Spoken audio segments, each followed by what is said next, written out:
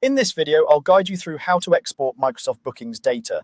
Whether you need it for reporting, analysis, or record keeping, exporting your bookings is a quick process once you know exactly where to click and what each option means. First, make sure you're on the home page of the specific booking calendar you want to export from. This is important because Microsoft Bookings can have multiple calendars, and the data you export will only come from the calendar you're currently viewing.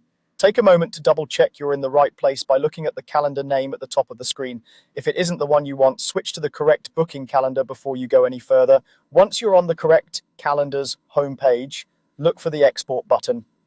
Depending on your layout or screen size, this button is usually found in the upper right area of the screen or somewhere prominent in the main dashboard area. It may appear as a simple button labeled Export, sometimes with a small download icon next to it.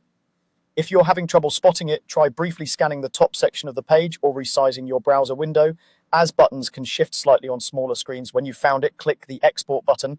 This opens up your export options, and in most cases, the main thing you'll need to set is the date range for the data you want to pull.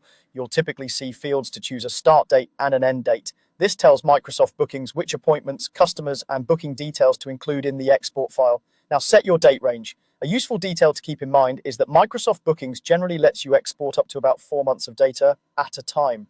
If you try to select a longer period, you may not get all the results you expect. For example, if you want a full year's worth of bookings, the best approach is to break it into smaller chunks, such as January through April, May through August, and September through December, and export each of those ranges separately.